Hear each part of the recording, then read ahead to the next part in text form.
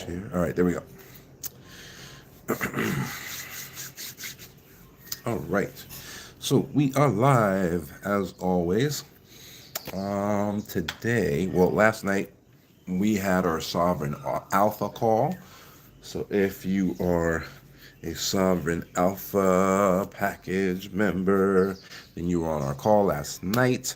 The Sovereign Alpha group has been supercharging their offshore non-grantor trusts by way of Kenya's sovereign debt, so by bond laddering. All right, same method that we utilize to relocate people, and then when they relocate, they don't have to work.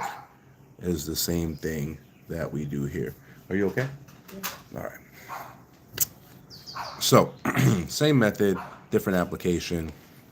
And let's see if we can get, let's see if my social media manager loaded any documentation from last night. Yeah, there we go. All right. So this, and let me go ahead and do the green screen thing over here on YouTube. Unfortunately, you guys are probably not going to see it as well because the YouTube version is just a little wonky, in my opinion. Oh, it wasn't loaded on this device. I'd have to send the image. Give me a second.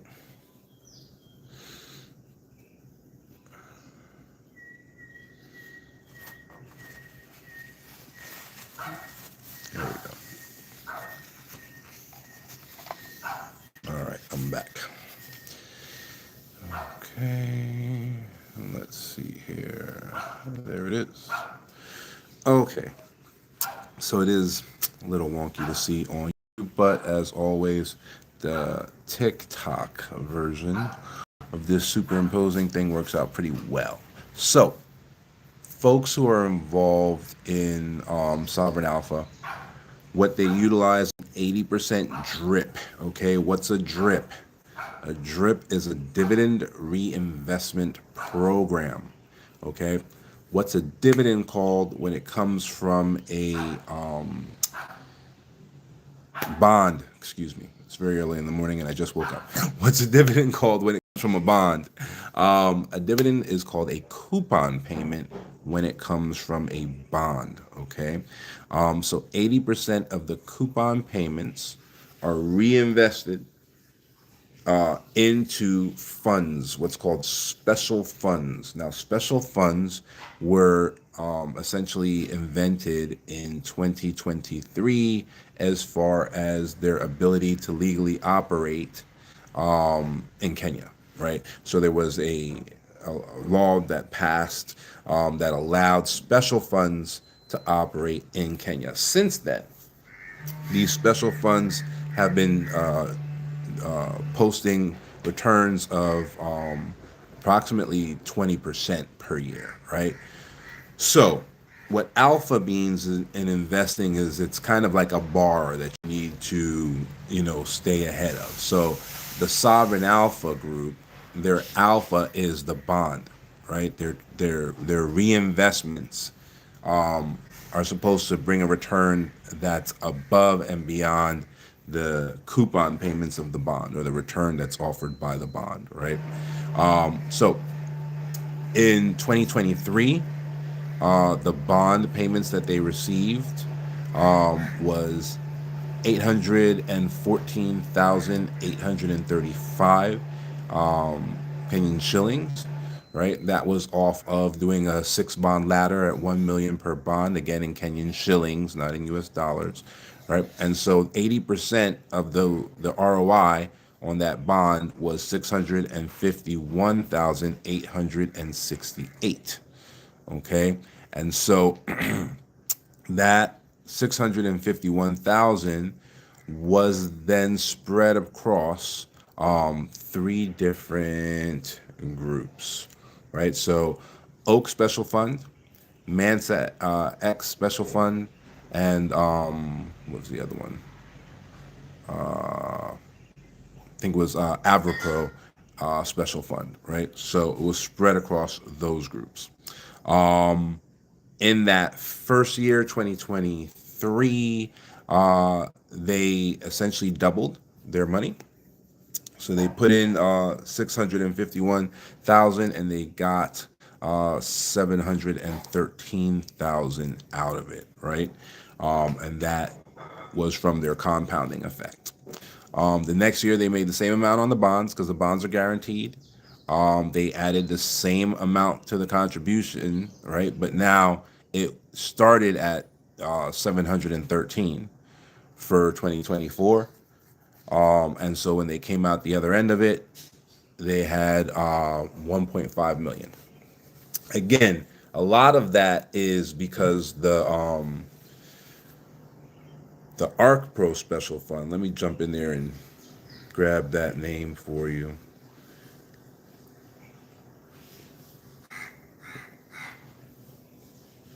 This is the one that irritates me because it's the one that I wasn't in. I wish I was.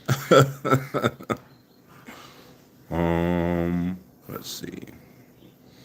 It is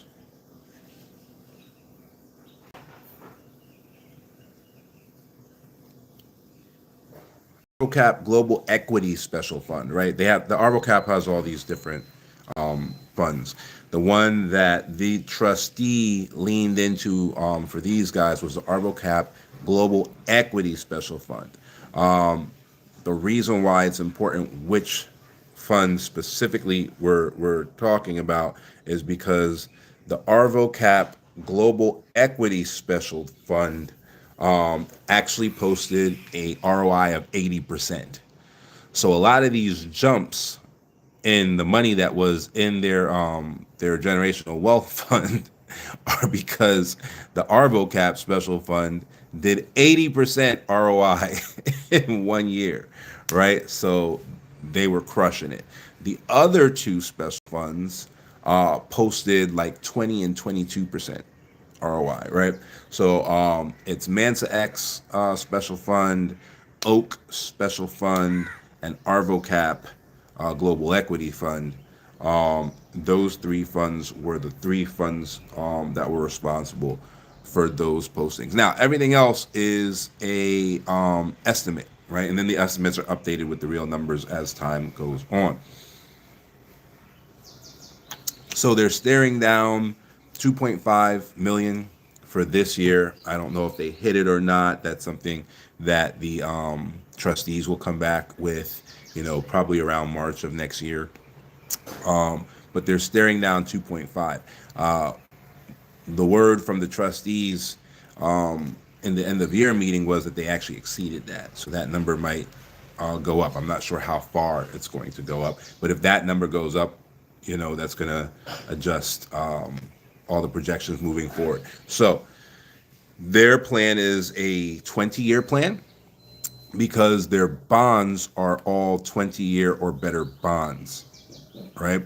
So they have a 20-year plan. At the end of the 20-year, if their special funds, if their alpha remains above the functional interest rate of the bond ladder, which the cumulative interest rate on the bond ladder is something like 13.65%.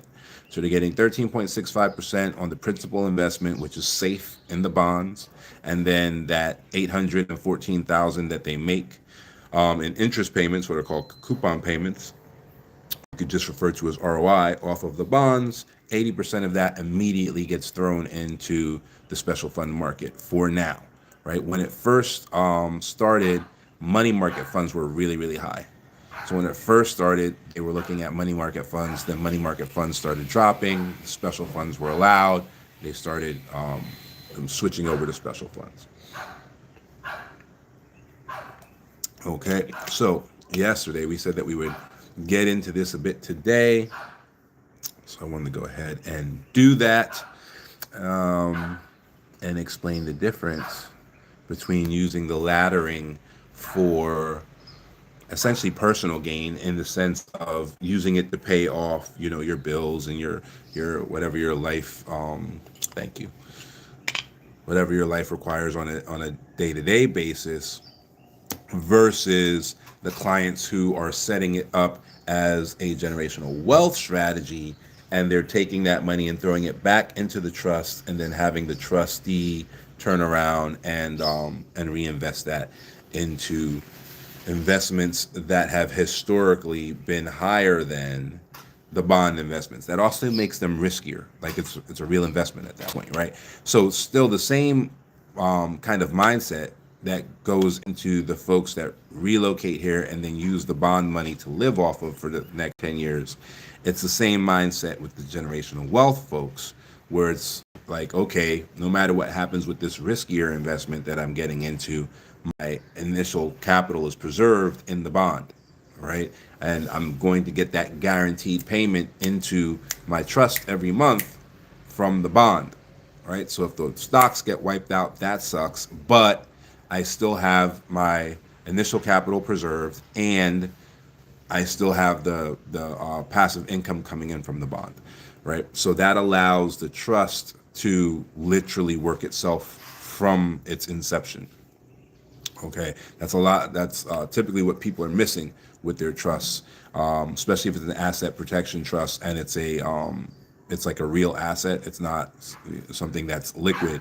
The trust can't necessarily support itself, right? So then it has to be brought to a point where it can support itself eventually. But using these strategies, the trust supports itself from day one, right? The trust is formed. The instant that the trust is formed, the trust purchases, its bond ladder. The instant that the trust completes the bond ladder, it then has monthly payments coming into the trust for the maturity of the bond, which is typically, we target for a minimum of 10 years, right? So for the maturity of the bond, these monthly payments are coming in, and so the trust itself now has money, right? Now the corporate trustee will follow whatever the trust deed is, right? So whatever the trust deed says, the corporate trustee will follow. So all of the folks who were in the Alpha Sovereign program, all of their trustees deeds say that there's an 80% dividend reinvestment program in place, right? 80% drip. So that means 80% of the coupons from the bond get reinvested, but also 80% of the ROI from the special funds get reinvested, which is why by the end of that breakdown that you just saw, the final number was 88 million, right? And so that 88 million comes from a starting capital of about 600,000. So 600,000, 20 years later, 88 million, right? So if you want to do a single generational wealth trust, that's the way to do it. That's what all the people in the Sovereign Alpha group, that's what they're doing. Their beneficiaries of their trust are actually their kids, right? So when it's your kids, you have to move faster. Most of them had not had kids yet, or had just had kids, or had just found out they were, about to have children. And so when you're in that situation, you have to move faster, okay, in order to get that trust up and running and ready for your children. If it's grandchildren, you can afford to move slower. But when it's your children, you have to move faster, which is going to require a more aggressive strategy like this one. Okay, so that's the whole purpose of that, and that is how you can use the exact same bond laddering method that you would have used for relocation, but you can use it for generational wealth instead. All right, you guys following on that? You got any questions on that? Sorry, I couldn't see the comments there because I had the window open for the green screen. I didn't realize it blocked out the comments, so I just tried to look for your questions. Let me just go back and make sure I didn't miss anything. If I missed something, just ask it again. I'm not ignoring you. I just couldn't see you. All right. So I did not answer your question. Hey, Eddie, what's going on, man? Yeah, if I didn't answer your question, just ask it again. All right.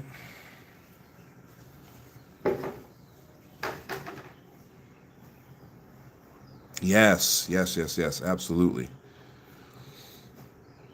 That's what a lot of folks miss. They keep focused on the bonds so much that they forget the ROI from the special funds ends up being included. Um, mm, First sip of coffee in the morning ends up being included in the compounding, right?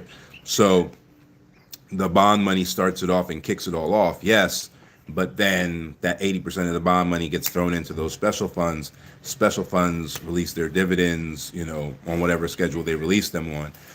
And then at the end of that, annual period, the ROI from the special funds is then also added in to the 80% that's compounding for the next cycle. So that's why it moves super fast. Yeah, yeah, absolutely. Can you summarize in 2 sentences? No. Jumbo Newton, how are you?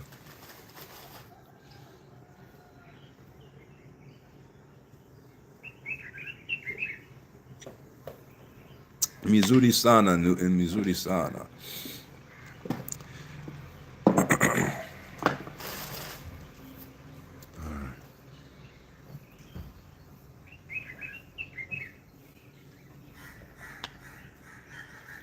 All right, looks like we're good on that.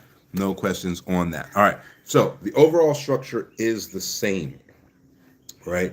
Typically, you have a non-grantor offshore trust that manages everything, right? It's typically a family trust here in Kenya. Um, and then that trust will acquire the sovereign debt, which are the central bank treasury bonds, right? So that's sovereign debt. And then after the acquisition of the sovereign debt is done, based on your trust deed, which if you guys remember, the trust deed is the document that governs every and anything that happens within the trust. The trustee will make the appropriate investments based on whatever you told them to do in the trust deed, right? So you are really managing the investments, all right? The trustee is just pulling whatever trigger you told them to pull. They're not making any decisions on their own. Now, depending on what you put in your trust, you can actually put a stipend to hire an actual investment manager, right? So somebody who's a licensed investment, blah blah blah blah blah, and have them in there creating investment strategies and executing profiles and all of that. So if you want to do that, which we do have some clients that will go ahead and put essentially a salary for an investment manager into the trust for X amount of time. So they'll front load the trust with whatever salary they believe to be appropriate. And then typically the salary can actually be relatively low. And then there should be performance bonuses in there. So if the person performs, their salary would actually be way higher than normal. If they don't perform, it's almost like a minimum wage type of situation where it's like, all right, your salary base is here. And then there are all these bonuses. There's a performance bonus, there's an end of year bonus. If you hit these metrics, there's a this bonus, there's a that bonus. And, that's typically how that type of salary is set up. So that person is incentivized to get the highest return on investment possible with the least amount of risk possible, right? Really important to set up those incentives, because people act differently when they're playing with money that's not theirs, right? Um, we're not talking about like criminal people who are like stealing from you or whatever, but people think about money that's not theirs differently. That's normally a plus. That's normally a situation where if you were the one to make the decision, you would make an emotional decision and invest the wrong way or underinvest or overinvest. So it normally becomes a plus when you have an investment professional that's sitting there that's, making those decisions with your money. But you also want to keep them kind of focused, right? Because the decisions they might make for themselves might not align with your risk tolerance or your goals, for the portfolio overall, right? So they might look at something and be like, it's not worth the 12%, but you might actually be dealing with something where you have a time limit, right? So like everybody in the Sovereign Alpha program, like I said, they're all leaving the generational wealth to their children. That makes it harder, right? Especially if the children are already alive, because your time is limited. You got like 20 years to make this money now. Whereas the folks who come in and they set up a generational wealth trust for their grandchildren, they got 60 years, right? Especially if they don't even have kids yet. And there's a lot of folks that'll do that. So they can compound for longer. They don't need as much upfront capital to make it work, right? And so those folks who are, they're looking at setting it up for their kids in the next 20 years, it's already an aggressive profile, right? They've already front loaded it with, about $85,000, right? And then that $85,000 is now going to start compounding over the next 20 years under the direction of the trustee, right? And then so they're looking that at the end of that 20 years that they have the original investment, right? The original investment will end up being somewhere in the neighborhood of 6 million Kenyan shillings, right? And then beyond that 6 million Kenyan shillings, they'll have made an additional 88 million Kenyan shillings. So they'll be almost at 100 million, right? So they'll almost be at 100 million Kenyan shillings off of that. So that puts them at 100 million. That puts them at almost $1 million. So your $85,000 from 20 years ago turns into almost $1 million, like 880 something, by today's standards, of course, but almost a million USD, right? So that's aggressive. So that's a profile that's being constantly managed, over the next 20 years, right? And it assumes that the special funds will maintain their rates of return about 50% of the time, right? Which is conservative from the trustee's perspective.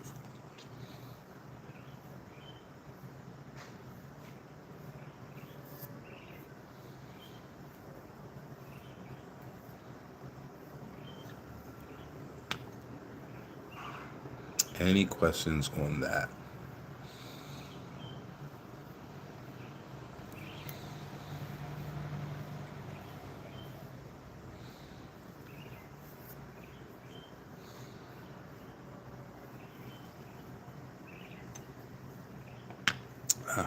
Any questions on that?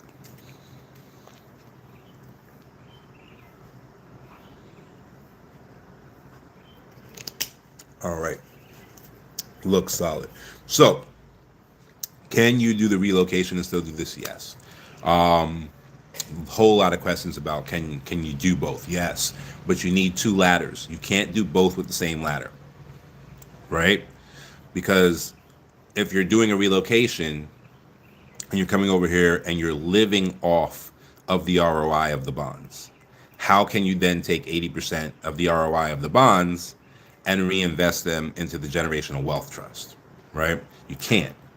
So you have to have two ladders. Now, they can be identical ladders, but you're going to have two of them.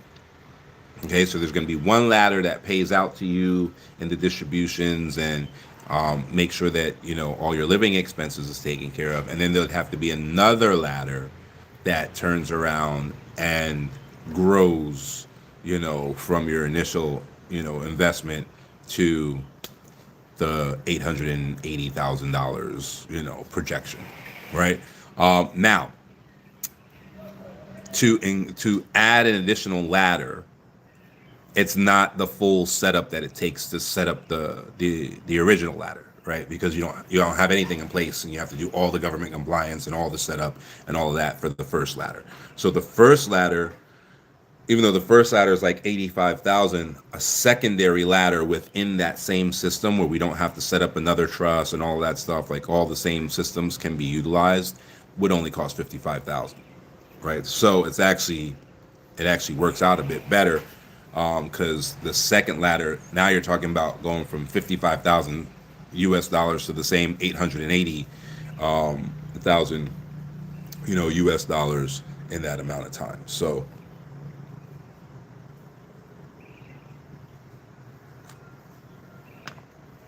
the growth actually appears to be better on the second ladder, just because you don't have as much like lossage to fees. So, but yeah, you can do both, but you'd have to buy a second ladder.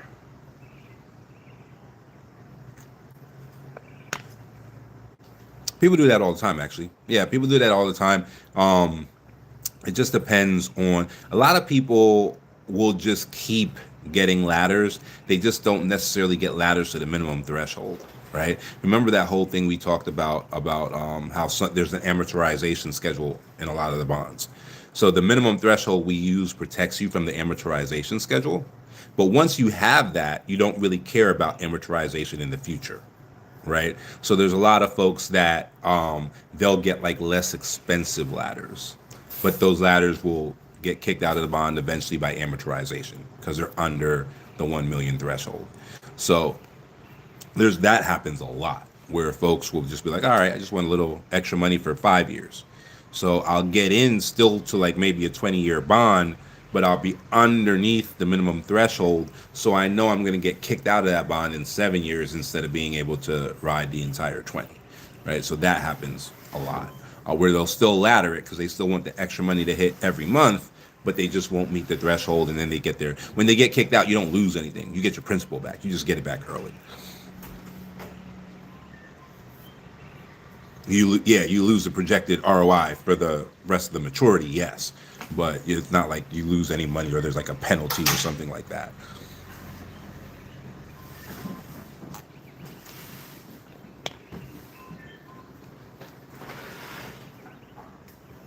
Right.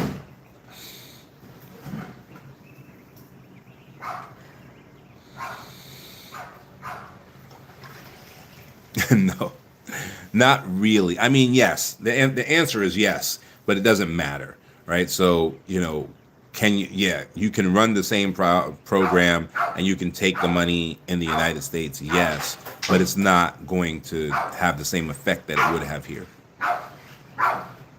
So the answer is actually yes, but the question's wrong. The question is should you, not can you. Because here, the 50,000 at the base level, right? Let's say you're doing the base level, and so the base target is 50,000. As we showed yesterday, everybody makes more than 50,000, but the base target is 50. So here, that 50,000, if you already own your house, you already own all that stuff, that 50,000 is fine. That's going to cover everything. It's going to cover your gas for the month. It's going to cover your food for the month. It's going to cover, your insurances and those types of things are typically paid annually, but it's going to cover your budgeting for that for the month, right? So 50,000 Kenyan shillings if you own your land, own your house, have no electric bill, have no water bill, have no sewer bill, don't have to pay property tax because it's considered agricultural land, blah, blah, blah, blah, blah. Like, if you're set up already, 50,000 a month is fine. You're going to be just fine, right? And again, everybody makes more than 50,000 a month, at least so far, right? And so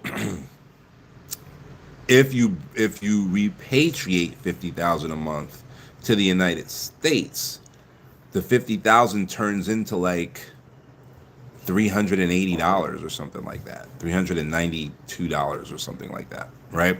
So what are you going to do with that? You get an extra $392 a month in the U.S. That ain't paying nothing. It's not paying a single bill, whereas it paid your entire monthly bills here. See the difference? So it's not a question of, well, can I? Yeah, you can, right? But should you?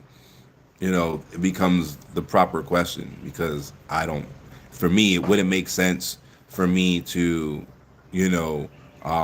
front load the program at $85,000 in order to receive $300 a month, you know what I mean, or $400 a month. That wouldn't make sense for me if I'm going to stay in the U.S. and do that, right? But if I'm going to live here where that $400 is 50,000, then that's a whole different story.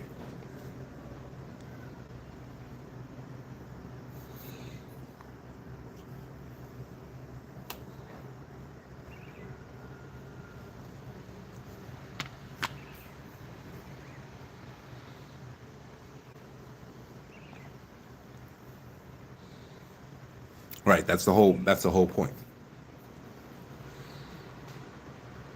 If it made sense to do in the United States, I'd be sitting in Philly right now doing it. You know what I mean? Now there's more reasons to why I left, but you know what I'm saying. It wouldn't make any sense to do it in that direction. Or else Berkshire Hathaway would be doing it. Elon Musk would be doing it. Like in that regard. Now they are doing it as far as like generational wealth savings is concerned. Like Vanguard is invested, like all the big firms are invested because the numbers are amazing, right? But to take just the coupon, just because remember it's the functional ROI is like 13.36% or something like that, right? Over the entire bond ladder, right? For the last bond that we did, right? It's going to change for each bond, but let's just roll with 13% for now, right? So you're getting 13% per month, right? So if it's $100, you're getting $13, right? So you go from there and you scale everything up from there, right? You add a zero with every zero for easy math, right?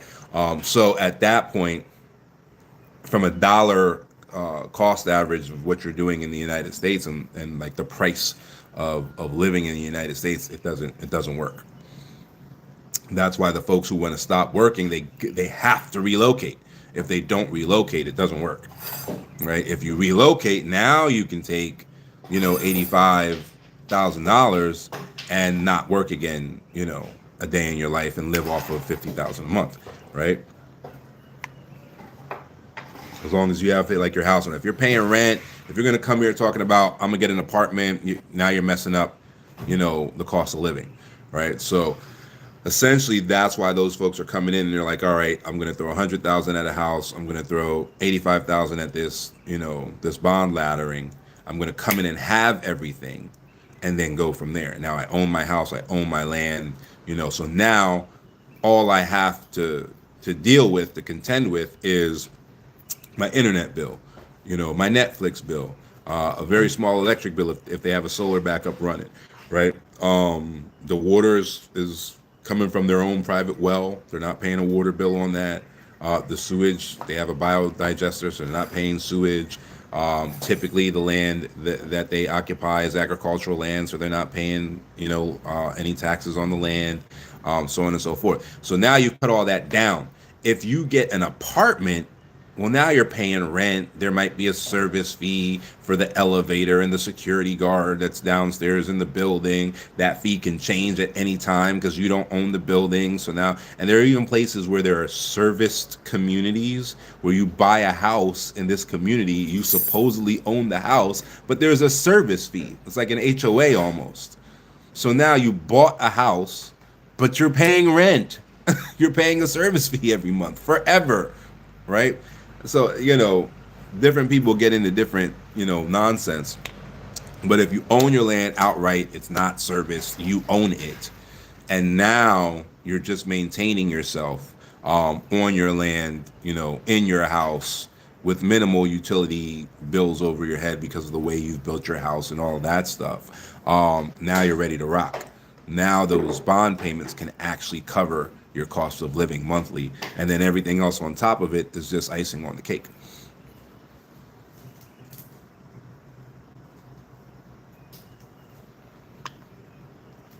So it requires front loading, plain and simple. And then some people can't afford to front load. It is what it is. And so then, they don't qualify and they have to go do something else, figure out a different way.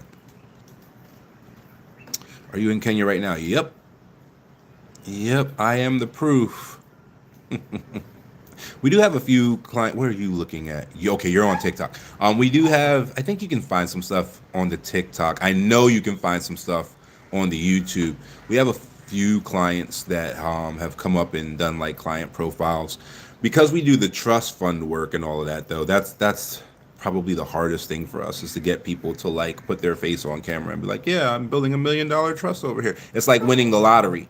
Just the same way people hide their face when they go collect their lottery winning, that's the attitude that people give us when we want to put them on camera and all of that. So we have to show ourselves, unfortunately, as our social proof most of the time. But there's a couple people that you'll see like their profiles and all that.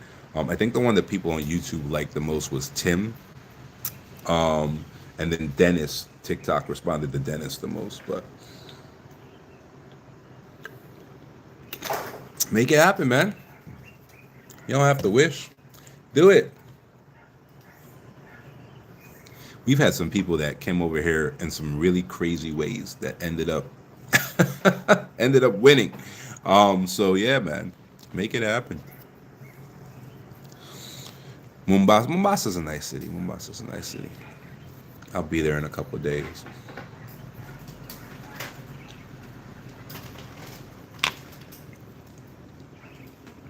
All right.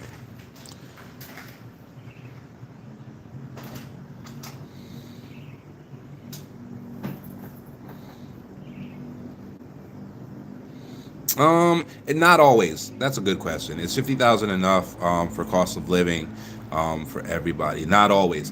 Different. Like we had a huge family of 12. We had a family of 10 come through, but they haven't onboarded yet. We had a family of 12 before them who did onboard, and we built out their entire, family estate. And obviously, a family of 12 is different than a husband, wife, and one kid or something like that.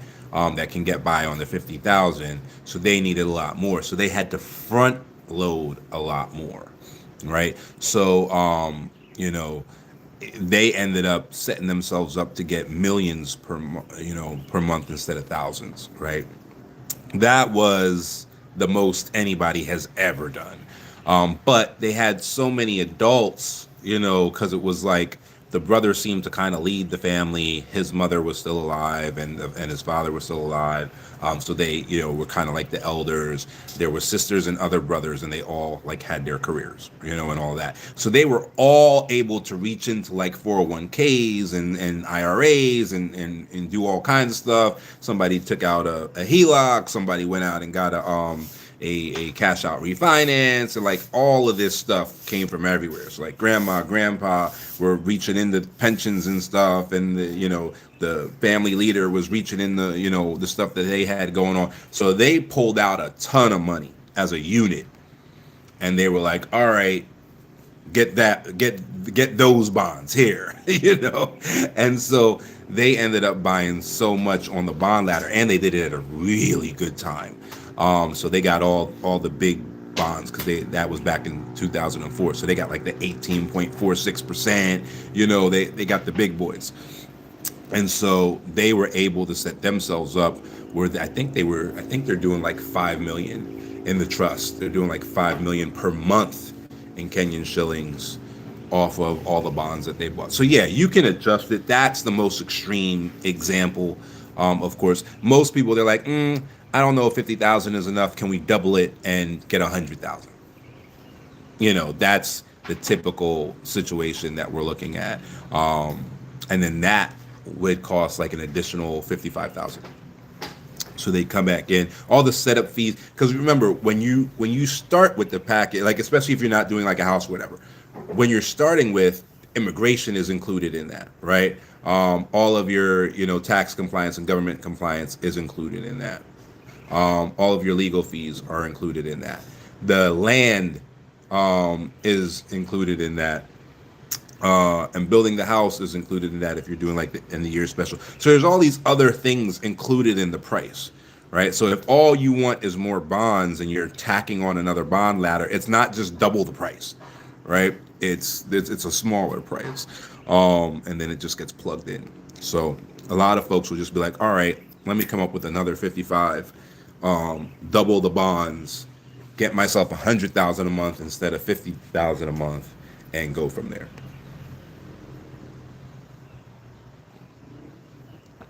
Some folks double it and they don't utilize the extra 50,000 a month for themselves. So some folks will look at it, they'll be like, you know what, I can live off of 50,000 a month. I'm good on that, at least for my base, incomes and taking care of my base bills. But let me do another 50 for my generational wealth trust. Right? Now that one, that goes crazy, right? Because you kind of have the 50 in reserve if you need it, if you set up the trust that way. But the additional 6 million Kenyan shillings that you throw into the wealth trust can be projected to go all the way up to 88 million in like 20 years, which is a great rate of compounding, right? And so, and that's a conservative estimate, right? If you make everything perfect, which we all know that's not going to happen, right? But if you make all of the returns perfect and every year you get the same, 80% from was it the ARV Pro Co or whatever, Arco Pro, and all of that stuff, you actually look at billions, but you don't want to use a best case scenario like that because the world is not going to do that for you, right? So yeah, you can go do the math and be like, well, 88 million, I'm getting 2 billion. Well, yeah, if it's perfect return on investment. But remember, it's better for you to look at it and say, okay, we're going to get a 50% failure rate, right? Half of the term is going to be a recession, what I mean, something like that, so that you can look at that and say, okay, I'm still okay with this. My risk tolerance is still okay with this, and then be pleasantly surprised, right? And if not, then you manage your expectations. So always better to do that than to be in delusional land, assuming that you're going to have, the equivalency of 100% occupancy 365 days a year in your Airbnb, right? So you gotta know that you're not going to be at 100% occupancy all year round, right? So you want your projections to be based on 50% occupancy or something that seems manageable based on the neighborhood. So that we do the same thing with the special funds. The bonds are essentially guaranteed unless the government disappears, right? In which case you got bigger problems than what's going on with your bonds. So the bonds are essentially set. You're good on the bonds. So you always have that base to fall back on. It's the additional investments to push the compounding beyond the bonds that are riskier. But if you go in and you look at the investments that the Sovereign Alpha Group were using, all of them are rated as medium risk tolerance investments. None of them were like high blue chips or anything like that, right? So you can always expand into more things. And one of the beautiful things about the non-grantor trust is that the trustee can expand back into U.S. securities, and what happens is a foreign owned brokerage account. Because remember, if it's non-grantor, you as the person who made it, you can't touch it. You don't benefit from it, right? This is generational wealth, right? So that non-grantor trust, the generational wealth trust, can actually have a U.S. brokerage account, and a foreign U.S. brokerage account only gets taxed on dividends. If you open the same brokerage account, you would get taxed on all gains, right? All realized gains you would get taxed on. But a foreign brokerage account only gets taxed on dividends, right? And that would be fine. It's not a tax evasion because it is a non-grantor trust. You do not benefit from it. It's not your money. So you don't need to be paying taxes on it, right? So the only time it becomes fileable is when it makes a distribution to a U.S. citizen, which may be your kid, but that's 20 years from now. So that brokerage account would actually be virtually tax exempt, especially if it just chooses not to deal with dividend stock, right? Something that you can't do as a citizen. So sometimes there's actually a bonus to not being a citizen. And then that trust can execute that because you're not the trustee, right? And even if the beneficiaries are U.S. citizens, it doesn't matter. The trustee manages the trust, and the trust owns, all of its assets. So it wouldn't matter that the kids, especially if they're underage or don't even exist yet, because that happens too a lot of times where it's like the beneficiary of the trust is going to be the true born descendant of, whoever, and they're not even alive yet. Like you haven't actually made that true born descendant yet, right? So if that's the case, then that foreign brokerage account would be essentially tax exempt under U.S. law, right? So you would actually be able to do better in a brokerage account through the trust than you could possibly do yourself because you would be paying additional taxes as a U.S. citizen. So depending on, it's just all up to how you wrote the trust deed. If you give the trustee the ability to invest in U.S. stock market, then they will, and they'll do it at whatever percentage you said to do it. So if you want 10% going into the S&P 500, do that. If you want 20%, do that. But all of that stuff gets written into the trust deed.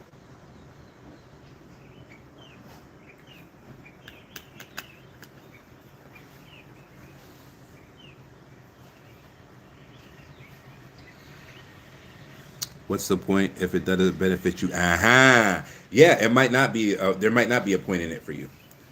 For the folks that we like to work with, for the real generational wealth folks, they would never ask that question. The real generational wealth folks are focused on providing a better life for the next generation. Okay, there's an African proverb that the elders plant the seeds of trees that they'll never sit in the shade of, right? That's the mindset. So if when you're thinking about your children, your mind goes to asking that question, what's the point if it doesn't benefit me? When you're thinking about your children, you are absolutely not our target client. If that's your mentality around what should be going on in your children's life and how you should be setting up, the future for your kids, and your first thought is a selfish thought, not going to work out for you. You're going to destroy the generation because you're going to keep, trying to stick your fingers in it. You're going to keep trying to withdraw funds from it. You're going to keep trying to make it benefit you, and that's going to destroy the compounding. It's just not going to work at all. Now, if in your head you're sitting there thinking about how do I make sure my kids have the best life I could possibly afford them? How do I make sure that I create a dynasty for my family where we can do, great things, where we can provide stewardship to all the family members, where we can provide education to all the family members, where we can, help our community and give back to the community and provide, charity outreach and all of those things to all the family members. Now, if that is the way your mind works, then you might be somebody that we might want to work with. You have to sacrifice for the next generation. My parents were an example of that. Yeah, man. Yeah, absolutely. I'm with you 100%. 100%.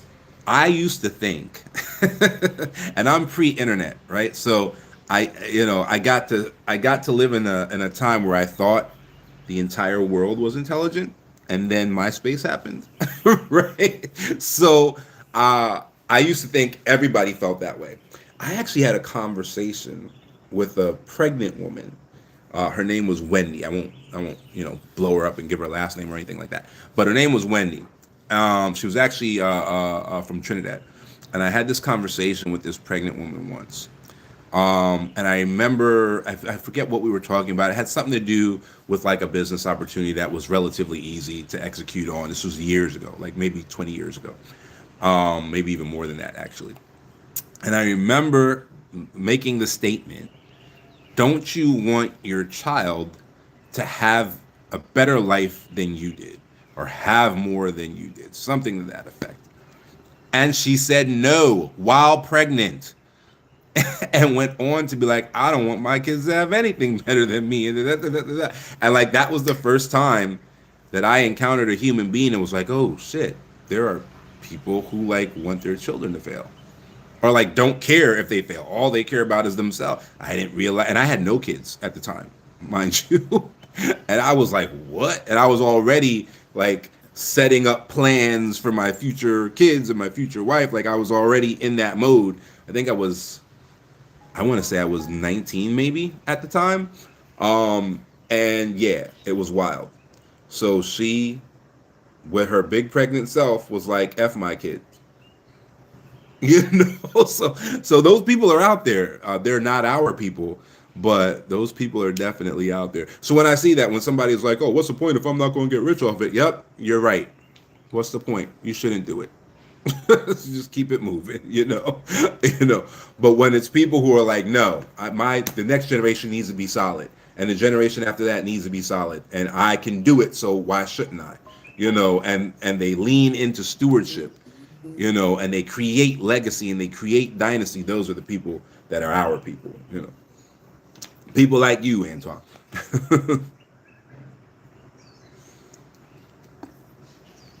You got a great family, and I can see why.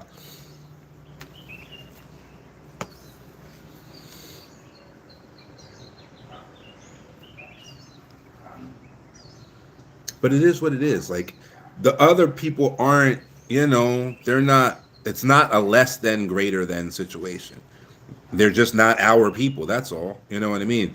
The more power to them. They can live their life and do what they want to do. It's all good. It's just not our people. That's all.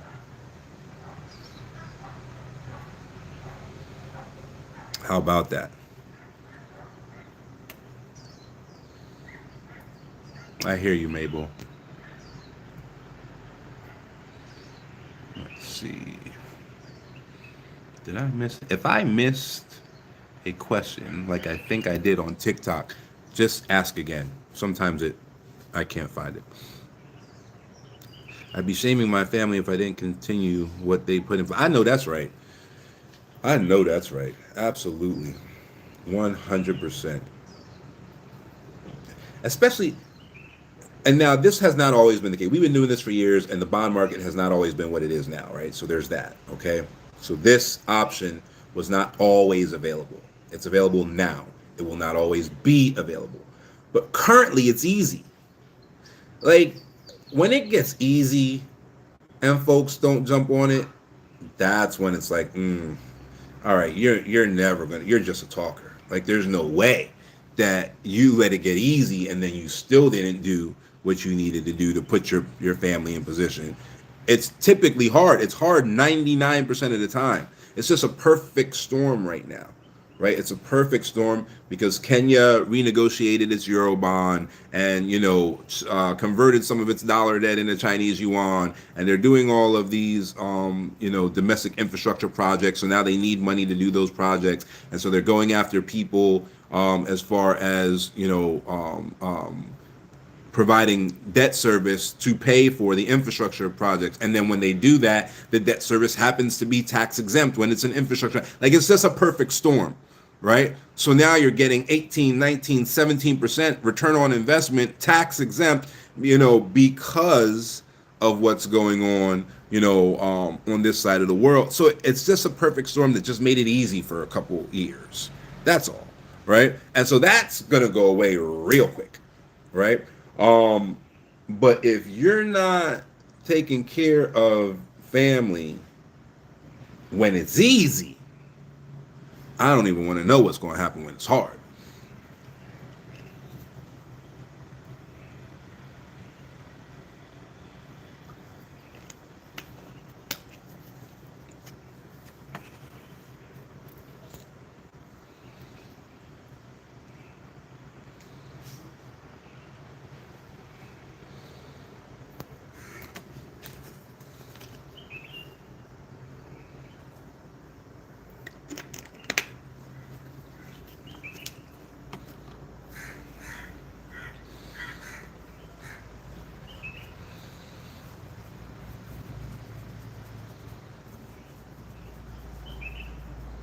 Hey, how's it going, Jay Rivera? Good to see you, man.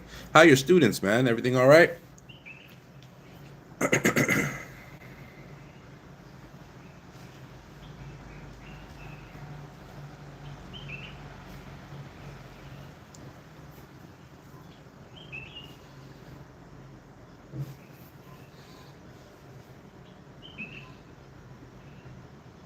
I know that's right, Antoine. I know that's right.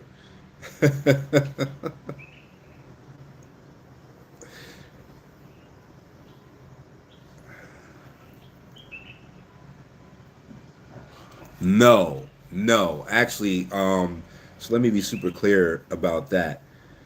This program could make you rich. That's true. It will not make you wealthy. There is a difference. Okay. So, being rich, from our perspective, simply means that you have more passive income than you have monthly expenses. So your passive income exceeds your burn rate, monthly burn rate. You're rich. Fine. Being rich does not equal wealthy in any stretch of the imagination. All right. Um, if you don't know what stewardship is, you're going to have a real hard time being wealthy. That's number one. So there are mindsets that need to be in place in order for wealthy folks to weather the storm of wealth.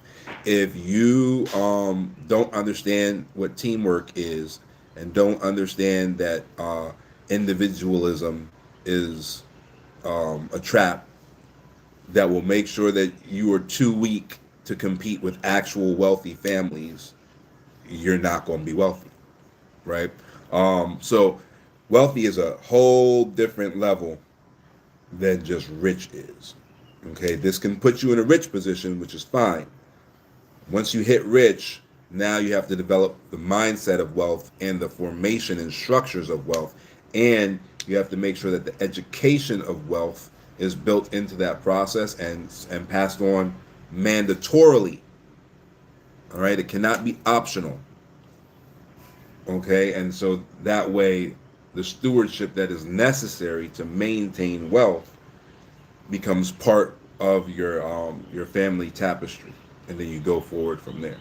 So, wealth is something that you would be working on your entire life essentially, and that you would build out a system by which your entire family builds wealth over time and maintains that wealth. That's the biggest part.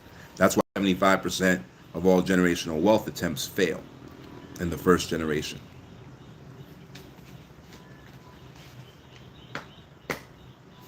Yeah, I'm with you on that, Antoine. Yeah. It's almost like a joke that wealthy people played on on middle class people who were coming into rich, you know, that just kept them weak. You as an individual business person, you don't stand a chance against a family of wealth. It's essentially just not possible.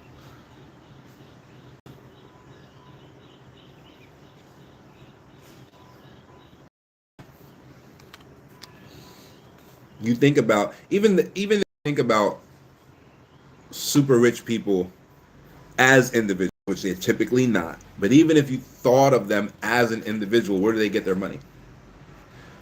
Where did where did Elon Musk get the money to buy Twitter? Right, richest man in the world. He didn't reach into his bank account and buy Twitter. Where did he get the money from? Wealthy people. So if he goes up against the wealthy families that gave him the money to get Twitter, what's going to happen to him? Richest guy in the world. What's going to happen to him? Right? Those same people who gave him the money to buy Twitter can destroy him by snapping their fingers, because an individual can never beat family. Can't do it. It's a 1 on 20 fight, 1 on 100 fight.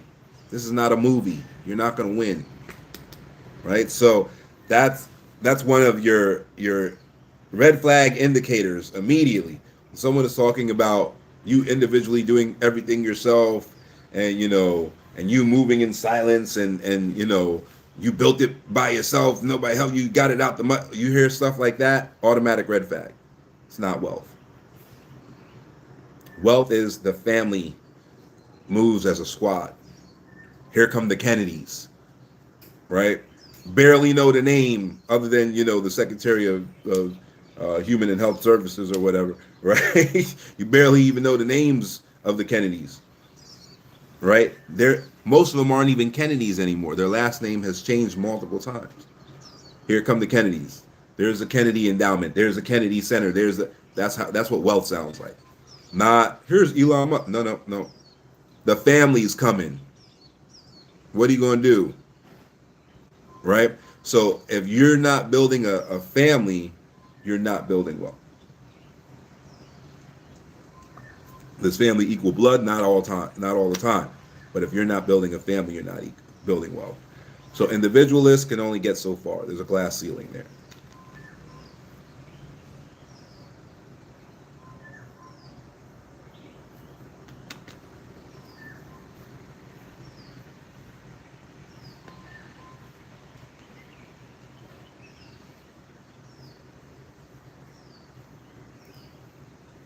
Right. Yeah.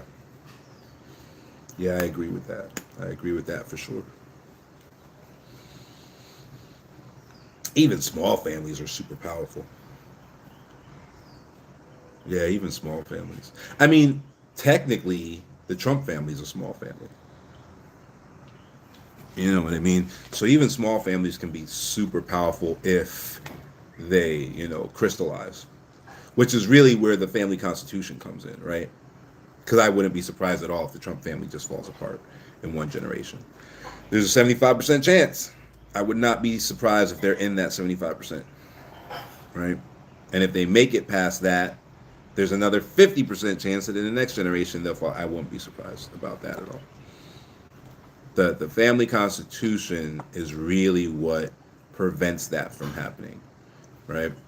And then the education that you ensure that the members of the family get down the line is your second line of defense against that happening. Families that have family constitutions, functional, literate family constitutions, are in the 25% that survive that first year of generational, or that first generation of generational wealth. Right? Then it's, up to that generation to make sure that they ingrain all of that education and all of those systems as social norms in the family for the next generation. And if they do that, then they make it into the 50% that survive the second generation. And after that, you're pretty much golden, right? As long as everything is set up properly, you're pretty much golden after that. And we learn how to set things up based on the failings of other families, right? Um, there were, the richest family in the world at the turn of the century doesn't even exist anymore because in their family setup, there was no defense against marriage.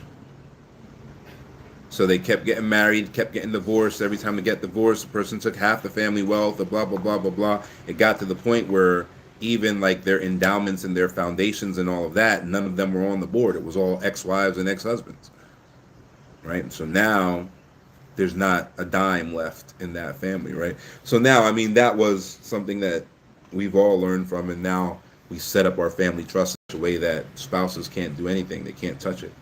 But we learned off the back of incredibly powerful families that were destroyed in a generation by 3 4 bad marriages or whatever, what to do moving forward. So that's part of the whole point of making sure that when you're doing your offshore trust and all this type of stuff, that there's a professional there, because they can tell you what's happened in the past. They can tell you what the pitfalls are. They can tell you what clauses you want to include in your trust deed based on seeing what has happened to other people.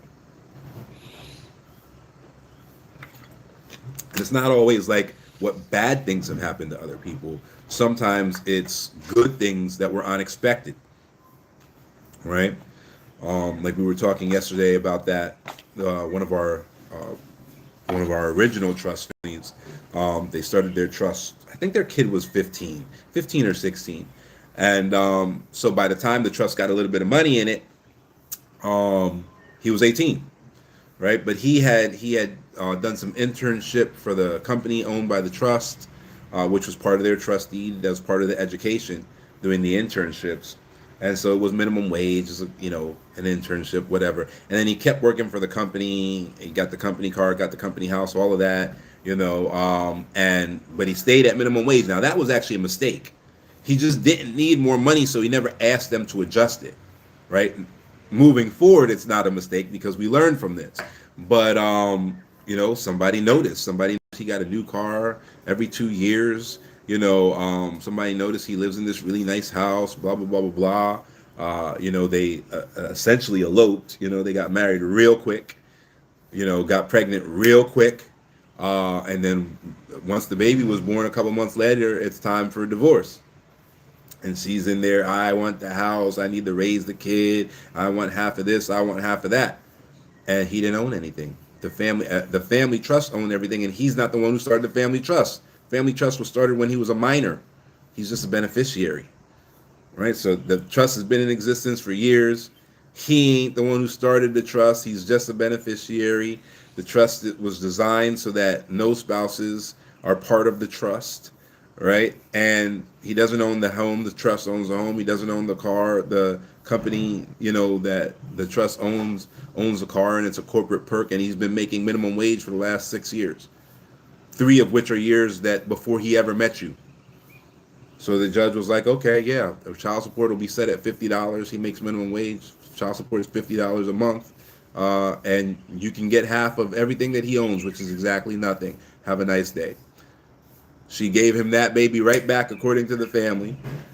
Apparently, she ran off and married somebody else and told that person she didn't even have a baby and she had never had a baby and whatever, and did the same thing to him, except he didn't have the trust protection, so she did take half of his stuff, right? But that was not the plan of the setup. That was something that just worked because the setup was in place, right? So now it's part of their plan, right? And now we can, present that case, to other clients and be like, all right, do you want this protection? You want us to set it up the same way? But that was an ancillary benefit of having the trust in place. They didn't set the trust up to, protect their kids from gold diggers. You know what I mean? So it's just it's just something that happened, and now it's part of, the total understanding of our trust professionals. So now they know how to do that in advance, so that protection is actually physically there, and they know which cases to refer back to as far as like case law. Like, oh look, this is what happened last time. Now, mind you, that might only be relevant in Pennsylvania, which is the state where it happened. Right? There might be different laws in different states that would get around that, but that's what your local professional is for as well. We always tell people to get with the local professional, because there could definitely be local things that set certain rules apart.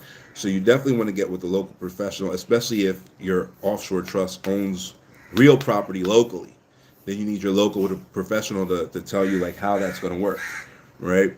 Sometimes it makes more sense for the trust to own a local company, and the local company own the real property. Sometimes it doesn't. Some states have something called a homestead exemption, right? If you put it in a company, you might lose the homestead exemption. The homestead exemption might protect you from any creditors coming after your primary residence, right? So it just depends on what state you're in, and sometimes even what county in that state you're in.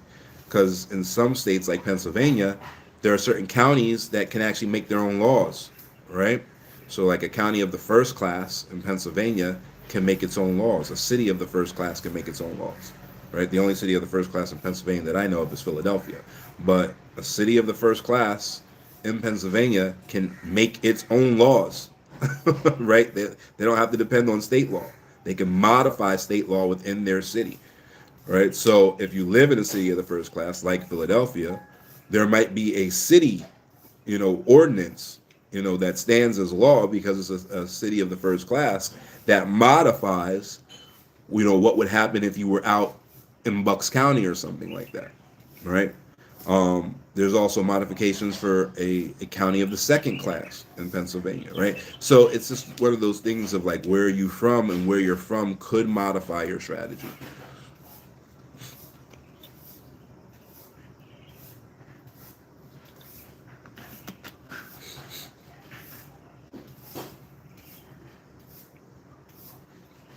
No, there's no way. There's no way. There's 50 states. There has to be at least 5,000 counties. You know what I mean? There's 50 states, and if you assume each state at least has 10 counties, you know what I mean? So there's no way that we would have staff on hand that's specialized in every county in the United States, every city in the United States, even every state in the United States, right? Even your U.S. lawyers pass the bar in one or two states, they're not specialized in all 50 states. you know? So for international lawyers to be specialized in every state, much less every city, much less every county, is delusional at best. So no, we always refer that to a local. Plus, you don't want a jack of all trades. Not in this situation. You want a specialist who specializes in that specific thing, and then for the next thing that you want a separate specialist. You want to build a team of specialists that are all very, very good at the one or two things that they do.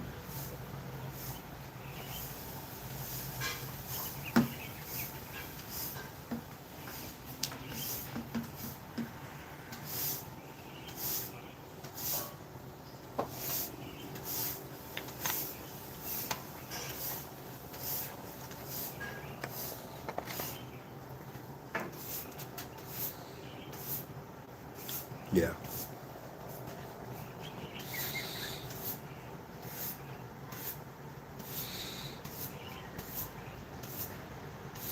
What about my trust?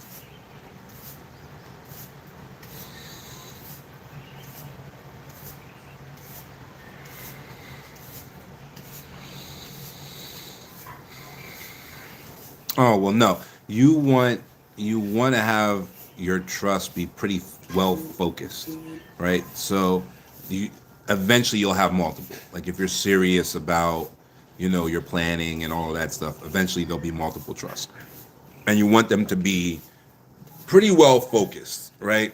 They don't necessarily have to be singular in focus per se. Some of them do, or at least should, right? But you want them to be pretty well focused. You don't want to try and do a catch-all trust. You're gonna defeat your purpose for sure.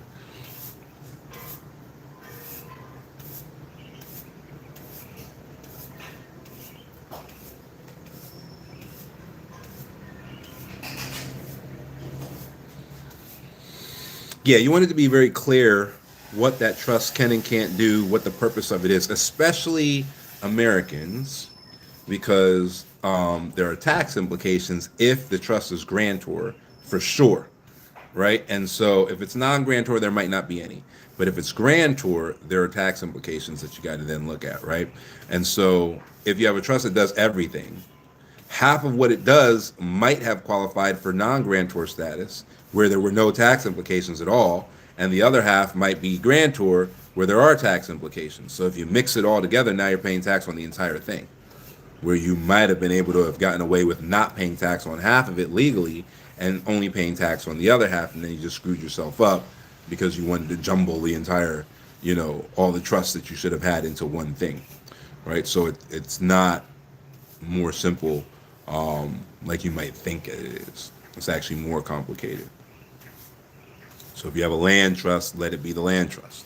If you have an asset protection trust, let it be the asset protection trust.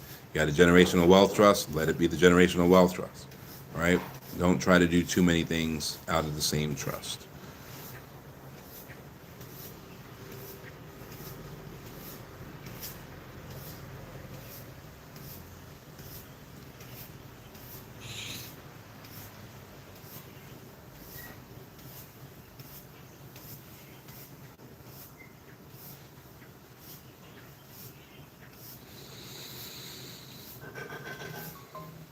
Yeah, even if they are related, it can still be a bit of a problem for you, especially if you're American. All right. If you're not American, then you need to figure out what your tax residency rules are, right? Because some countries, as soon as you walk across the border, your tax residency is suspended, and as soon as you come back, it's reinstated. In other places, it's like, all right, well, if you were here for 183 days in the year, no matter where else you go, you still have a tax residency here, right? So now you gotta handle double taxation possibly, right? And it depends on whether they have a dual tax avoidance agreement, right? So if they do have a dual tax avoidance agreement, you might purposely do that because the agreement might be favorable to you depending on which country you went through and what the treaty between those countries are, right? So it might be a strategy. So That's what it's that type of planning that it all boils down to. That's why you need the local professionals, because those are the people who are going to know what are the rules in this place, and then you got to get the professional in the other place. All right, what are the rules in this place? Okay, how do we make that work for us? It's one of the reasons why we use Kenya, because the specific type of generational wealth trust that we use in Kenya has a rule that the first 10 million of distributions is tax exempt per beneficiary per year. So every year, get another 10 million tax exempt. So now you don't have to worry. Now you don't have to worry about the taxes on one side of the equation, right? So that's simplified. Now that rule can change. They can pass a law tomorrow, and and change that rule. But for now, you wouldn't have to worry about taxes on one side of the equation. You only have to worry about taxes on the other side. So there you get a simplification.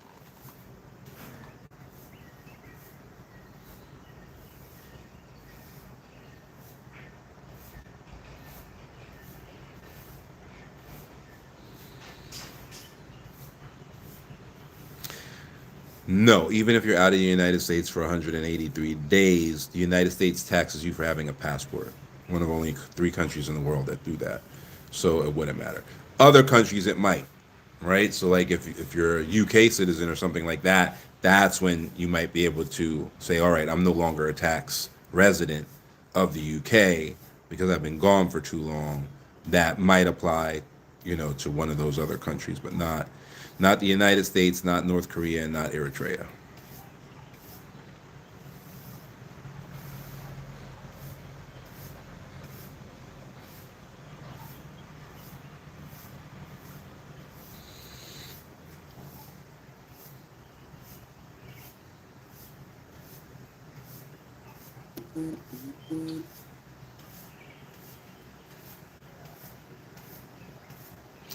Yeah, you can. There are rare circumstances where we recommend it. We typically don't recommend giving up U.S. citizenship, but you can, but it's not free anymore. It's not free because of Eduardo Sovereign. Eduardo Sovereign. He gave up his U.S. citizenship and left with billions after settling a lawsuit against Mark Zuckerberg and Facebook because he was actually one of the founders. And so he strategically gave up his citizenship before he got his settlement, so he didn't have to pay any tax on it. So it's actually called the sovereign rule. You can look it up. Because of him, you cannot give up your citizenship for free anymore. So what ends up happening is if you apply to give up your U.S. citizenship, you have essentially one more giant tax on your entire net worth, and then after that net worth tax, then your citizenship is gone. So it does make sense for some people. Like I said, it's rare. Typically, it makes sense for folks that are part of a dynasty family that are ready to build out their first fully fledged family office, and they're building that family office in Singapore. Then it makes sense to get typically a woman, and the reason for the woman thing is because of compulsory service in Singapore. So what ends up happening is all men have to do 2 years of military service. So what you do is you find a woman in your family, typically. She becomes a sacrificial lamb, but it's very good for her. She gives up all the citizenships that your family have. If you're building a legitimate dynasty family, you have multiple citizenships. You have something called a passport portfolio that has been built during the time that you've been building your dynasty. Okay, and so what ends up happening is when you get into Singapore, you do your years there and all of that, you qualify for accelerated citizenship through all of the incentives they give you to bring your family offices there, and then that person would then give up their U.S. and all other citizenships to get the incredible incentives that Singapore gives you to have your family office based out of Singapore. And then that becomes your Singaporean branch of the family. And they get, extra incentives from the family trust as well for, giving up the other passports, and managing the family office, and then that's that, right? So in that strategy, it makes all the sense in the world for that person to give up all their citizenships, including their U.S. citizenship, and take on the Singaporean citizenship.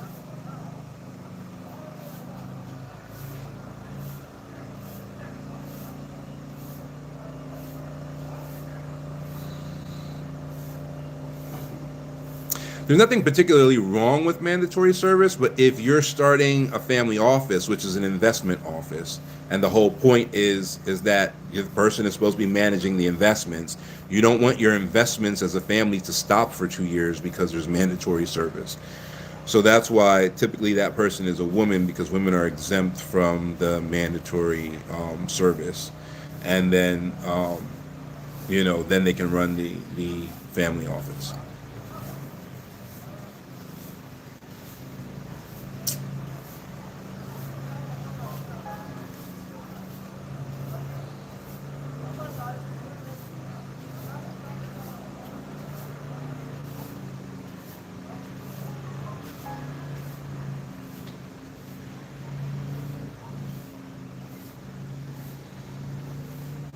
That makes sense. Yeah, yeah. It's all strategic. It's all strategic. Whoever plans the most typically does the best, right? So the deeper the planning is, which really can only be done with a solid team, because you have to have people who know what you're about to go through in order to plan well, right? That's why like startup business people typically plan horrifically, right? Because they actually have no idea what's about to happen. And so your team is important, because your team can be like, no, no, no, no, this is what's going to happen down the road. You're going to run into this brick wall. Here's how you get around it. All of that stuff should be part of the plan. Now, laws change, so the plan needs to have flexibility around, new legal standards, right? So if a new legal standard, and sometimes that new legal standard could be an opportunity, right? So if the opportunity presents itself, cool. If it doesn't, and it's a direct, knock on whatever it is that you're doing, then you're going to need to adapt to that as well, right? Like for really, really rich people, the Trump Gold Card is an opportunity, right? Because they're super rich and that's what it's targeting, right? Sometimes an opportunity presents itself that's a mistake, right? So for black folks, the Trump tariffs were an opportunity because AGOA was still in effect. So they could come to Africa, set up manufacturing. The AGOA Act would make the African manufacturing 100% tax exempt, while somebody was throwing up ridiculous tariffs against China, right? So now you could compete with Chinese prices. That was not what it was meant for, right? But if you had strategic thinking, you could see the opportunity in that and execute on it, right? So that flexibility has to be there in the strategy, where you can execute on opportunities that present themselves to you, whether they were meant to be opportunities or not, right? And part of that is the education, right? If you have the proper education, you can see all these things as opportunities while everybody else is complaining about them, right? If you don't, then your mindset won't allow you to see the opportunity in the thing that everybody else is complaining about. So that's a big part of the education. A lot of progenitors don't even have the mindset that the family constitution requires the descendants to have, right? But they're able to hire the educators through the money made by the trust and ensure that that education is passed on to the next generation. That's one of the points of having like governess. The governess is supposed to be formally educated in certain things that are valuable to the family, and pass that education on, and end up being there as almost like a permanent teacher, guiding the children of the family in the direction that they want them to go. So it's more than just like a nanny. Our governess literally governs the entire house staff. There's no one in the house that's higher than the governess.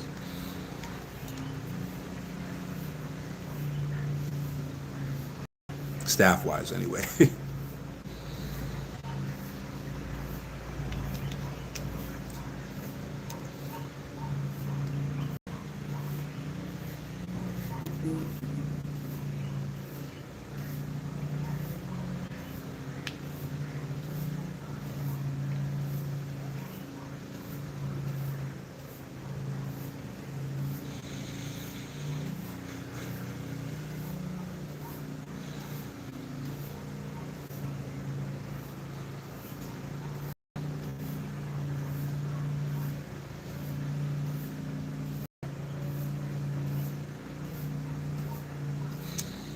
No, I wouldn't.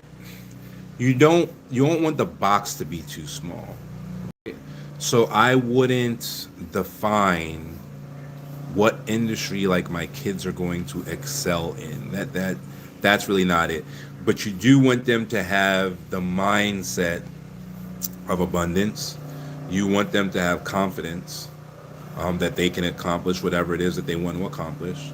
Um, you want there to be values, morals, for lack of a better word, and a family code of some sort that's in place. You don't want them to have an existential crisis.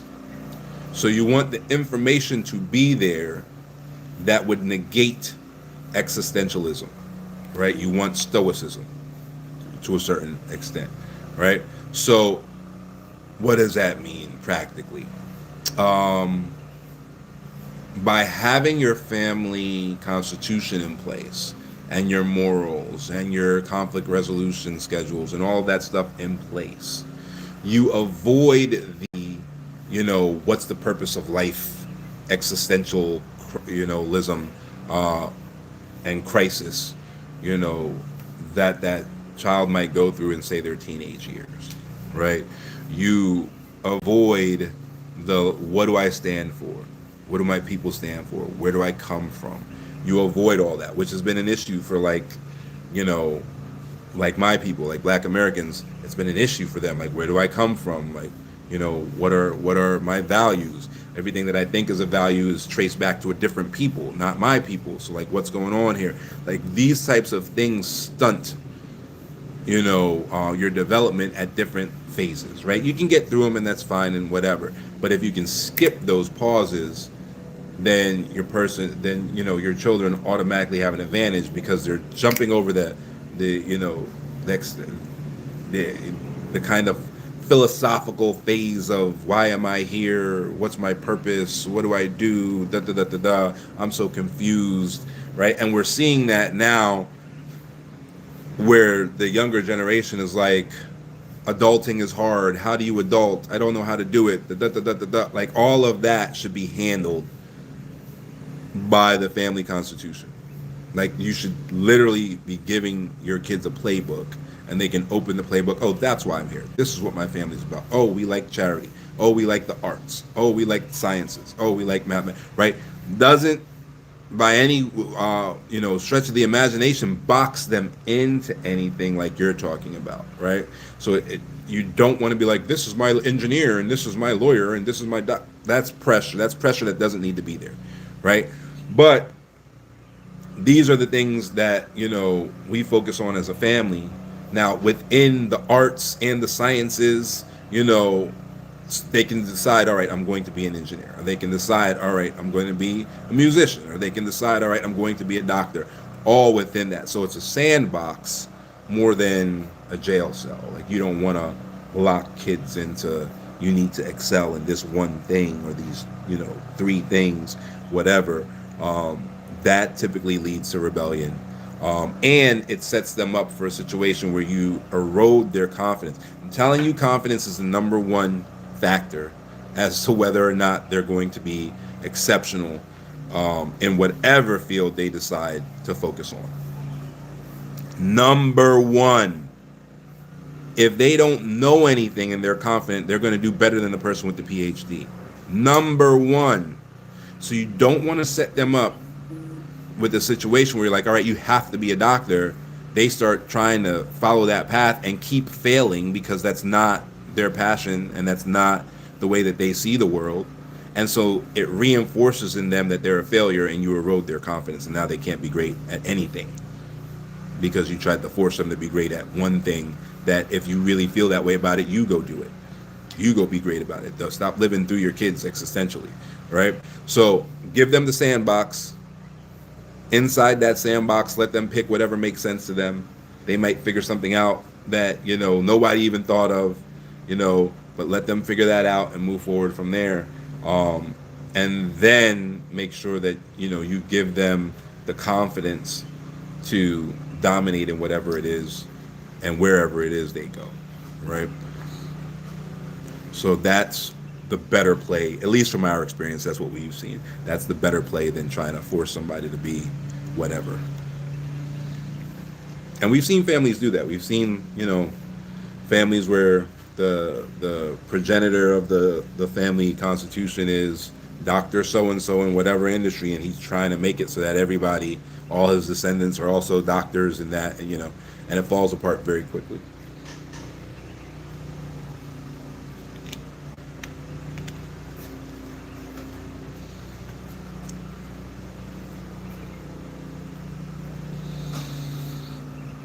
How do you design? Well, how do you design the family constitution?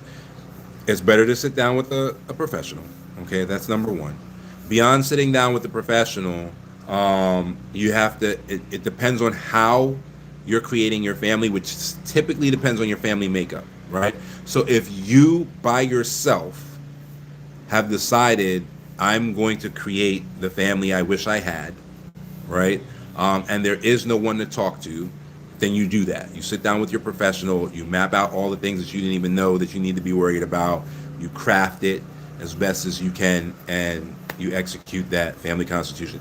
Family constitution isn't a legally binding document. It's not like a trust deed, right? So it's a living document. You want to definitely make sure that you put in there how it can be changed, kind of like the U.S. Constitution, right? How amendments to the Constitution work and all of that stuff. But it's a living document that just becomes the cornerstone of the family you want to build. Now, if you have an entire family and the family is like, all right, look, it's time for us to build, a dynasty. It's time for us to do something serious, leave our mark on this planet, right? Then you sit down in conference with family and get that done.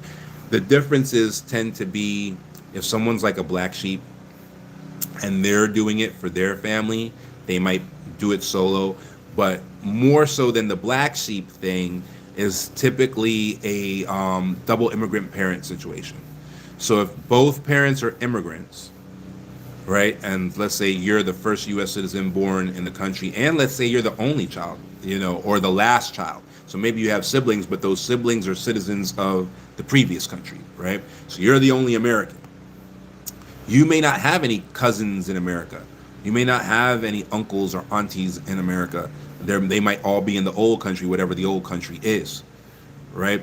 So in those situations also, there's not some big family meeting. Typically that one person who's like, all right, let's do it. Let's build the family out. Let's build the dynasty out. It's just them. And they build it out themselves, right? And so it's something that you can definitely have in place before you even marry. And then that becomes part of the conversation with the prospect is like, look, this is the family constitution. This is the family that you're joining. Do you want to join the family or not? Right? So which happens in all established families, right? Whether it's the Windsor family, the royal family of England, whether it's the Kennedy family, whether, regardless of what family it is, if that family is established, that conversation is going to happen. This is what my family is about. These are the morals. This is what our kids are going to have to do, because if they don't, go through, these steps, they can't even be part of the family trust. So in order for them to be qualified to be beneficiaries, they have to go through this education. They have to go through, this mindset training, the blah, blah, blah, blah, blah. If you got a problem with that, then we probably shouldn't get married. Like, these are conversations that happen on, with established and high level families. They also start to congregate around certain things. So you'll notice that different families will go to the same school over and over again. Why? Because the morals in their family constitution might mirror the morals in that particular institute of education. So other graduates from that institute of education are going to be compatible, with what that family is trying to accomplish, right? So you'll see like that type of stuff starts happening where there's alma maters and there's, places of sponsorship where the family sponsors, whatever, so on and so forth. So that's the kind of structure that starts getting built out generation after generation after generation to the point where it just becomes easy, where it just becomes part of the social norms of that family. And families get big quick, right? Really, really fast. So within the lifetime of an elder, which might be 3 generations, a family could have 30 to 60 members, right?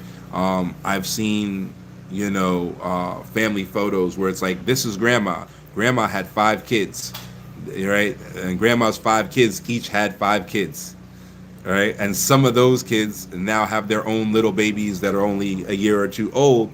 And so, hi, Marcel, how are you? Hi. And so now some of those kids are part of the family tree, right? So that grandma can be alive and be a great grandma, and there can be 60 members of that family, and she's still alive. So families grow quick. Say bye bye to the people. Bye bye. Bye bye. Bye bye. So yeah, that's how it works. Any questions on that? Hey babe, you want to say hi to the people?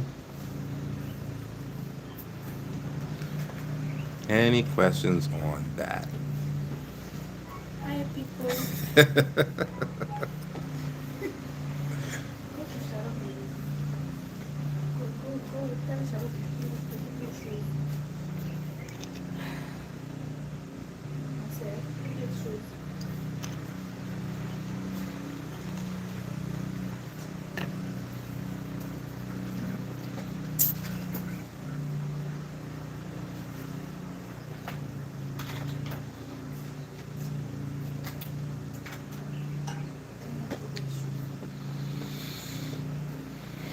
What is it that dictates? Well, I mean, it's at that point it's just straight investing, right? So what you're trying to do is you're trying to beat alpha, and you determine what alpha is.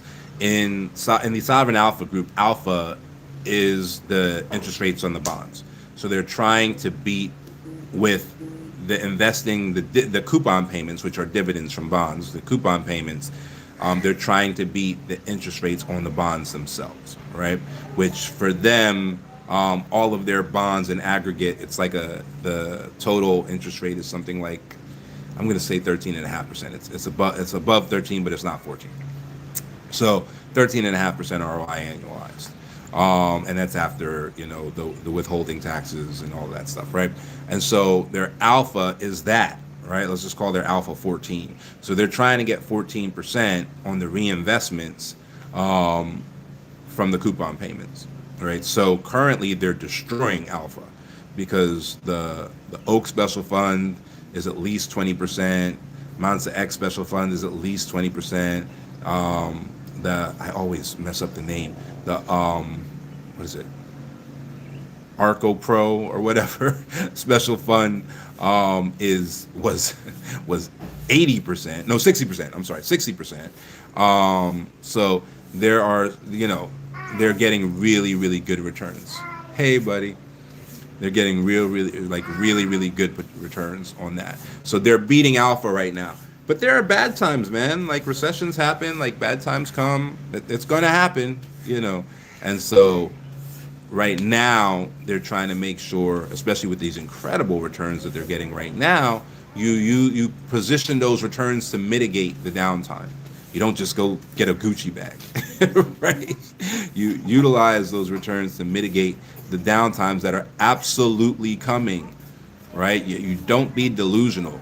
You don't, well, maybe I can make sure it's good. No, you can't. All right. Anyone who could do that would be a zillionaire. You cannot do that. There are going to be downturns. There are going to be recessions. There are going to be companies that go out of business. Like it's absolutely going to happen. So don't be delusional about your strategy. Make sure that you have a capital preservation strategy in place and that there are triggers, right? So things happen right before a recession. So you got to figure out how close to that recession do you want to get. And when you start seeing, those things happening, it should trigger divest from this and invest in that, right? Typically, outside of very special sequences like the sequence we're in right now, actually in Kenya, typically if bonds go up, stocks go down. Stocks go up, bonds go down, right? So there are signs right in place. But in 2023, stocks went up and bonds went up in Kenya specifically because of they did their sovereign debt reservicing with their euro bonds and all of that. So that was a special circumstance. All right. So even when you're looking at the triggers and all of that, they're not guarantees. Right. So you have to set up your strategy with a professional who's going to be able to essentially figure out what your risk tolerance is and then set up a strategy around your risk tolerance, right? And then you can memorialize that in your trust deed, and then lock in your trust deed to whatever it is that your risk tolerances are as far as investing in the market. So that's how you control that, even though you don't control the directly the day to day of the trust.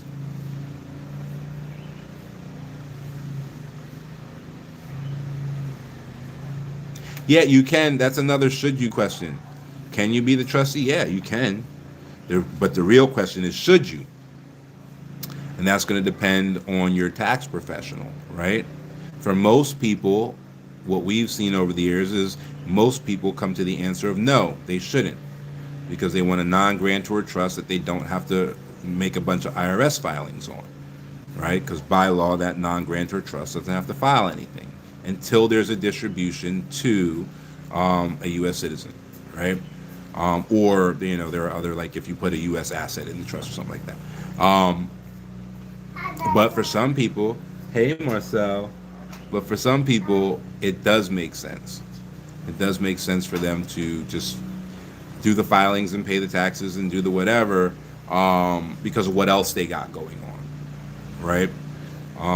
Sometimes you make more money that way, right? So if you already have a C corporation in the United States that's making money, and then you turn around and you set up a company here that's owned by the trust, and the trust can do 10 million in tax exempt distributions to the beneficiary every year. So if the company's a beneficiary, you can give 10 million to the company that's tax exempt in that direction. And then if you pay a dividend to the C corp, the IRS says foreign dividend received deduction is 100% as long as the C corp owns 10% or more of the company, right? So is that does that outweigh the taxes that you would pay by the trust, just being non-grantor versus being grantor and doing those filings? But does that 100% tax-free distribution, does it outweigh that? Maybe. You got to talk to your tax professional. Maybe it does. So maybe in that case, you make yourself the trustee, you make it a grantor trust, you do all your grantor filings every year, you pay whatever tax you're going to pay every year, but you make double that on 100% tax exempt dividends from the foreign company to the local C corp. But it only works on a C corp. It doesn't work on an S corp, right? So it's one of those things that you got to have that professional in place to figure out which ones make the most sense for you. All right.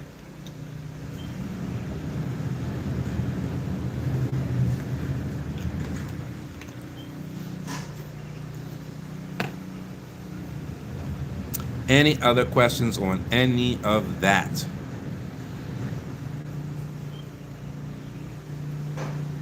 So the bond laddering strategy can be used for generational wealth trusts. It supercharges the generational wealth trust. The compounding is accelerated. I'd have to have the mathematicians figure out the number, but it's accelerated significantly. Probably by at least 12 times, because you're getting 12 monthly payments. So at the very least, times 12, I would think. So yes, it will supercharge the earning ability of the generational wealth trust. You will leave, you'll leave your next generation in a very good situation if you can afford to do it. See you later, my love.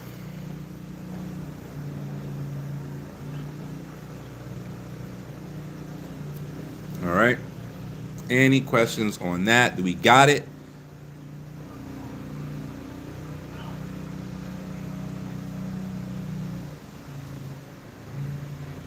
We got it? Good, good, good. Any other questions? If you're writing a question, just press enter right now and I'll give you the time to correct, whatever message is said. If you're thinking about something right now, you haven't started right, just put a one in the chat and I'll wait for you. But if not, I will call it a day because I already see the messages coming in from the lawyers. The business day has started early today.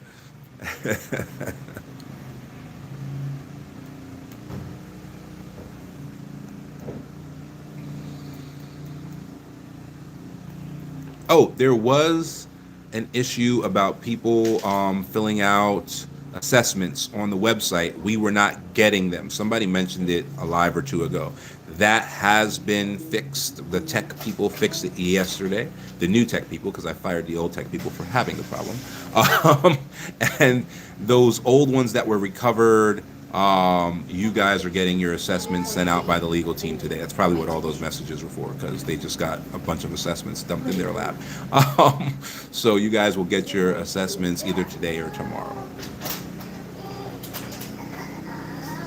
All right. Doesn't look like there are any questions left. I don't see anything coming in from anybody. Again, either just press enter and I'll wait to let you fix your question, or press 1 and I will wait for a minute or so to let you get your question out. If not, I'll see you tomorrow, same time.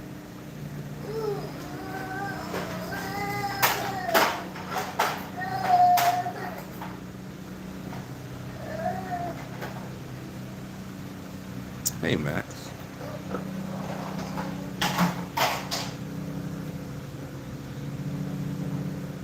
All right. Seems like we're good. All right, guys. Talk to you next time. I'll be here tomorrow, same time. As always, I won't be here Christmas Day. Outside of that, all right, I actually might. So we'll see. I'll tell you guys tomorrow. But yep, tomorrow, same time. All right, guys. Have fun.